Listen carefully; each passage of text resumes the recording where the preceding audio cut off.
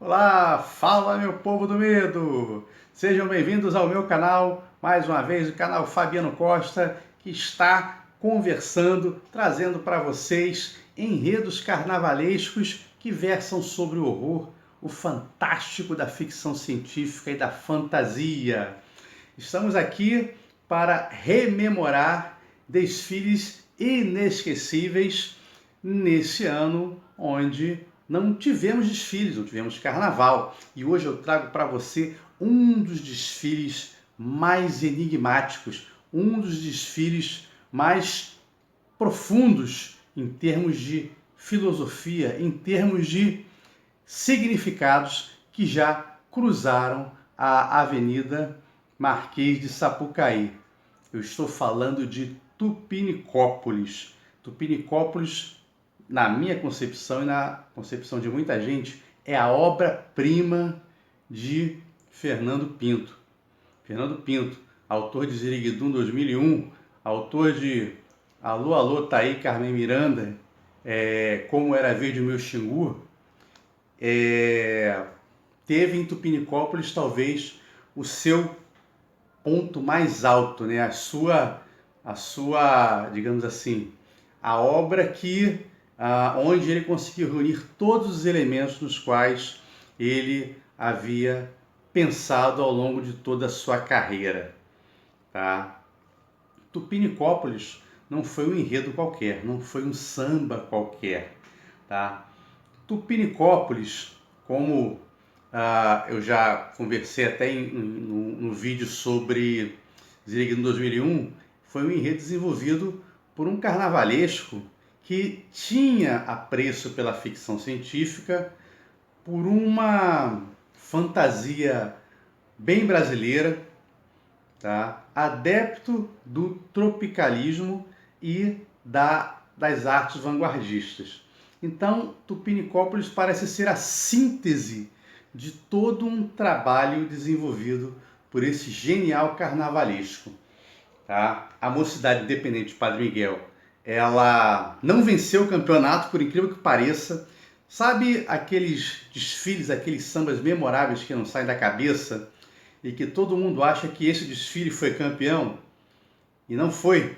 Pois é, Tupinicópolis é um desses casos assim impressionantes de que como uma obra-prima como essa desfilou pela avenida, saiu aplaudida dos gritos de é campeão e acabou perdendo por um ponto para a Mangueira, que apresentou a vida e obra de Carlos Drummond de Andrade.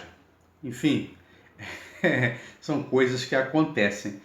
Bom, o vice-campeonato ficou um pouco menor em relação ao que é essa obra-prima. Então vamos falar de Tupinicópolis, tá? O Fernando Pinto, ele parte do princípio de que, por que não imaginar uma imensa metrópole indígena bem no coração do Brasil, tá? Uma metrópole onde aquela civilização conseguiu desenvolver, né, a pleno vapor todos os conceitos de alta sociedade, alta cultura, lazer, produção tecnológica, e nesse ápice ela se torna a metrópole mor, tá? Uma metrópole futurista, uma metrópole, ao mesmo tempo que é futurista em termos materiais, ela é grandiosa em termos espirituais. É um enredo que o próprio Fernando Pinto definiu assim, né? Uma ficção científica tupiniquim, retrofuturista, pós-indígena. Tupinicópolis foi uma utopia, uma alegoria de talvez o que seria o Brasil, né? Uma civilização brasileira maior, ou então o que será, né? Tupinicópolis ela é um enredo que deixa essas dúvidas no ar, tá? Ele está falando do que será, do que ainda está por vir, ou do que seria se nós de repente não tivéssemos ou tivéssemos tomado certas medidas, tá? À época, Tupinicópolis foi encarada muito mais como uma crítica social a um modelo capitalista vigente de sociedade, tá? Utilizando-se do princípio da inversão social de valores de cultura, colocando a civilização indígena como ponto alto ou como centro cultural, político, social, econômico de uma época. Né? Tupinicópolis é a representação de uma civilização em seu ápice. Né? Então, assim, cabe essa interpretação de crítica social ao modelo capitalista vigente da sociedade? Né? Muita gente também diz o seguinte, é um alerta, né? Sobre o modo de vida indígena que está se perdendo porque os índios estão se deixando seduzir pela ideologia capitalista. Pode ser? Também pode. Tupinicópolis tem várias leituras, tá? Inclusive de uma sociedade ultra avançada, tá? Que, como na ficção científica, né, desenvolve aparatos tecnológicos super avançados, mas que ainda se centra muito na questão ali do consumo, do lazer e da reprodução meio que inconsciente desses valores, tá? É um enredo assim muito bacana, um dos enredos mais profundos que já foram desenvolvidos nessa Sapucaí, que é muito estudado até hoje, tá? Na época, então, como eu falei, foi visto dessa maneira, mas deixa várias brechas, tá? Será que Fernando Pinto estaria redesenhando algo como Fritz Lang fez, né? Metrópolis, né? Uma metrópole ultra super avançada, onde os indivíduos se portam com valores para além daqueles que nós ainda não imaginamos. Mas o que seria Tupinicópolis? Né? Seria apenas uma sociedade existente apenas num plano imaginário para além do nosso plano? Né? Uma cultura que estaria ascendendo e que Fernando Pinto estaria ali mostrando os sinais, né? Uma nova visão de mundo que nós poderíamos assimilar para poder semear ou, né, de alguma maneira ampliar, tá? O que seria Tupinicópolis? Tá? Fernando Pinto dá uma dica também do que seria esse processo, né? Para ele, a exaltação das bases do Tupiniquim como uma filosofia nossa, uma filosofia nacional, vanguardista e neotropicalista, né? Haja visto que lá, né, na semana de 22, muito adorada por Fernando Pinto, havia esse endeusamento do índio como uma figura plena em termos da materialização da nossa nacionalidade, da nossa força, né? O índio exaltado por Mário de Andrade e Oswald de Andrade, né? É uma referência também. Então, para o Fernando Pinto, é o surgimento de uma ascensão de uma visão de mundo poderosa e transformadora, né? É o tupiniquim ou tupiniquismo, né? Dando forma e conteúdo a todos, né? E a tudo, né? E aí ele tem uma frase que é sensacional. Quando perguntam para ele, Fernando Pinto, o que é a Tupinicópolis? Ele fala, Tupinicópolis é a Taba de Pedra, a cidade índia do terceiro milênio. Porra, sensacional! Sensacional. Então, assim, você não tem como definir, você assiste o enredo, você vê o desfile, você ouve o samba e ainda assim você mergulha numa série de indagações ainda presentes nos dias de hoje sobre o que seria Tupinicópolis, né?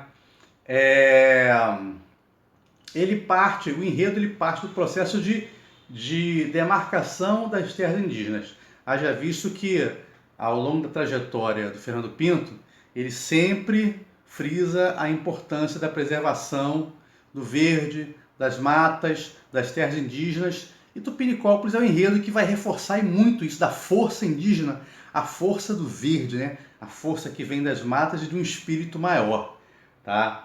E a partir do momento que você faz isso, né? Demarca as terras indígenas e os índios ali descobrem riquezas infinitas, eles crescem, né? Eles têm um progresso econômico, tecnológico, moral, sabe? Que acabam conduzindo-os à gigantesca e maravilhosa Tupinicópolis. Então, assim, no desfile existe essa preocupação em mostrar que a arte indígena brasileira ela vai ser revisitada, reprocessada, revivida, recriada numa estética que ele chama de pós-marajoara tupinicopolitana. Então, assim, na moda vai estar em voga o Tupi Look e o Tupi Power, né, o movimento Tupi Power, onde todos nós vamos assimilar conceitos e modos de vida muito melhores que são os modos de vida dos tupis, né, dos tupiniquins. É um desfile grandioso, um desfile extraordinário, onde você mistura tudo isso que eu falei, né? A crítica, né? Quando você tem a comissão de frente, caciques vestindo terno, óculos escuros e malas de couro, tá? De couro de animais, obviamente. Então não deixa de ser um alerta, né? Uma visão de que essa metrópole grandiosa, ela ao mesmo tempo que cria e se recria, ela também aponta para um consumo violento e agressivo da própria natureza, de si, né? Onde todos esses valores que eu coloquei, que seriam os valores a serem reaproveitados, eles acabam sendo destruídos exatamente por essa sede de consumo. Isso ele mostra um pouquinho também na Avenida, né? Que chega a ser meio contraditório. Mas é interessante, né? Porque ele não deixa de utilizar o desfile como uma forma de reflexão, de alerta, de você pensar a sociedade, mas também bom humor e reverência, tá? Onde ele pega, né, as principais marcas e símbolos do consumismo e do capitalismo e, como bom tropicalista, né, reprocessa, né, ressignifica e recria, né? Daí tem até na própria letra do samba, né? Boate Saci, Shopping Boitatá, né? Tem a farmácia do Raoni, tem a Casas da Onça, né? Uma alusão às casas da banha. Você tem produtos muito consumidos pelas mulheres, como shampoo Jurema, e por aí vai. Essa cidade futurista, ela tem inclusive uma moeda. Ela tem a Praça dos Três Poderes, que é chamada Tapioca dos Poderes, né? E forças bélicas, né, bem organizadas, onde você vê nas alegorias que o Fernando Pinto desfila, né, o tatu guerreiro, que representaria o exército da floresta, né, o marreco bélico, que seria as forças militares marítimas, e o gave-avião, que seria as forças aeronáuticas. Tá? O abre-alas é a apresentação, um carro grandioso chamado a Taba de Pedra, né, onde ele vem mostrando que a taba não é mais de palha, não é mais frágil, muito pelo contrário, é de uma fortaleza inexpugnável. E o desfile é esse, é um criar e recriar de conceitos, de ideias, de uma maneira assim muito bacana, muito original, muito viva e reflexiva, tá? Mais uma vez aqui eu fico com muita dó de Tupinicópolis não ter ganho o campeonato, né? Porque foi um enredo que me marcou muito, me marca até hoje, né? Um enredo que eu ainda hoje penso. Se você quiser estudar a ficção científica brasileira, eu até já fiz um vídeo sobre isso, você tem diversos autores, né? Muita gente boa que escreveu, que produziu, mas Fernando Pinto, ele trouxe, né, para o povo, para o povão, para a grande mídia, né, já que se passou na TV, um conceito da ficção científica. Fernando Pinto, para mim, fez ficção científica na Avenida com tons de literatura e de cinema em alto grau. Tupinicópolis daria um excelente livro de ficção científica que não deixaria nada a dever aos grandes autores brasileiros e mundiais. Tupinicópolis daria um excelente filme de ficção científica que poderia entrar no hall dos melhores filmes de ficção científica de todos os tempos. Tá? Eu acho que as pessoas ainda vão, digamos assim, dar o devido valor ao que foi Tupinicópolis em termos de obra, em termos de ideia, em termos de conceito. Extraordinário. Né? Infelizmente, Fernando Pinto, ele faleceu nesse mesmo ano, em 87, num acidente de carro na Avenida Brasil, aos 42 anos, e talvez se ele tivesse ideias mais avançadas, né, ele infelizmente não pôde desenvolver. E nos deixou esse legado fantástico sobre tudo que ele produziu, onde Tupinicópolis é esta síntese extraordinária. Em 2014, a Padre Miguel, reconhecendo o valor tanto de Fernando Pinto quanto dessa obra dele, homenageou-o com o enredo Pernambucópolis, onde eles mostram a fantástica Tupinicópolis surgindo em sua terra natal, Pernambuco, tá? Como uma forma de mostrar o quão grandioso foi Fernando Pinto e tudo que ele produziu, principalmente Tupinicópolis. Tá? Então vamos fazer o seguinte, eu vou ler aqui o samba para a gente ir conversando. Tá? Para começar, o samba ele é muito simples. O Fernando Pinto optou por um samba direto, um samba sem muita firula, e diferente dos sambas que ele costumava colocar para cima, muito alegre, Tupinicópolis ele não é tão assim, é um samba solene, é um samba assim, um tom tanto grave, né? Cantado como se fosse uma anunciação de algo grandioso que estaria por vir, né? Até nisso, o samba de Tupinicópolis é diferente. É simples, mas é sensacional. O samba começa assim: vejam quanta alegria vem aí. É uma cidade a sorrir. Parece que estou sonhando com tanta felicidade. Vendo a mocidade desfilando, contagiando a cidade. Ou seja, na apresentação do samba, a mocidade vem mostrar, né, que ela vem fazer a nossa cidade a sorrir, mas que parece, dentro de um sonho, que ela vê uma felicidade maior, né? E essa felicidade maior, né, do que ela está vendo, do que ela está prenunciando, vai contagiar a cidade. E aí, meu irmão, é um dos momentos maiores desse samba. E a oca virou taba, a taba virou metrópole, eis aqui a grande Tupinicópolis. E a oca virou taba, a taba virou metrópole, eis aqui a grande Tupinicópolis. Boate Saci, Shopping Boitatá, Chá do Raoni, Pó de Guaraná. Pô, não tem como você não ficar, digamos assim, perplexo, né? Com um samba extraordinário desse, né? Uma obra-prima, né? E a oca virou taba, a taba virou metrópole.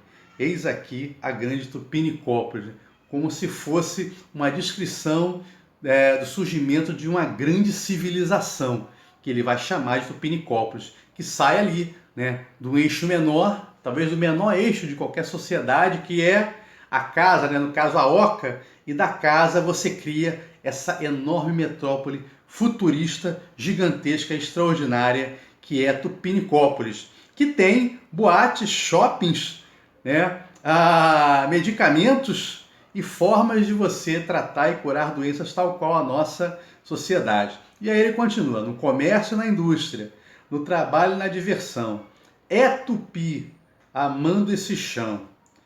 Até o lixo é um luxo, quando é real. Tupi cacique, poder geral. Minha cidade, minha vida, minha canção. Faz mais verde meu coração. Ou seja, é uma cidade que produz-se e reproduz-se de uma forma incessante, mas com o devido valor a Tupi, tá? Que não esquece das suas raízes, das suas origens e que, olha só, sabe reprocessar tudo aquilo que produz, transformando o lixo em algo também valoroso e valioso. Tá? Tupi cacique, poder geral, ou seja, o tupiniquismo em Tupinicópolis é a filosofia, é a ideologia, é a força que estrutura as bases dessa grande civilização. Minha cidade, minha vida, minha canção, faz mais verde o meu coração. Essa é a Tupinicópolis. Os compositores desse samba foram Gibi, Nino Bateria, Chico Cabeleira e J. Moinhos. Um samba sensacional que eu vou deixar com vocês agora. Gostaram? Então não deixem de curtir o meu vídeo, não deixem de compartilhar com seus amigos, parentes, e não deixem de se inscrever também no meu canal. E claro, ajudem a divulgar as minhas obras, Contos de Medo, Histórias Extraordinárias do Nosso Interior e A Meia-Noite, que está ali no cantinho, minhas 3 obras. Eu sou autor nacional, eu também produzo para a diversão de vocês e para que o Brasil permaneça com uma produção fantástica ainda em evidência, tá? Eu tento fazer isso com o que eu produzo, eu e muita gente boa por aí também. Tá legal? Se vocês gostaram, não deixem de curtir, compartilhar, comentar e se inscrever. E ficamos por aqui. Obrigado pelo apoio, bom fim de carnaval e até a próxima. Coisa da minha identidade, eu posso provar a verdade a essa gente, como eu sou da mocidade independente. Ô meu povo, me manda Miguel! Vamos lá!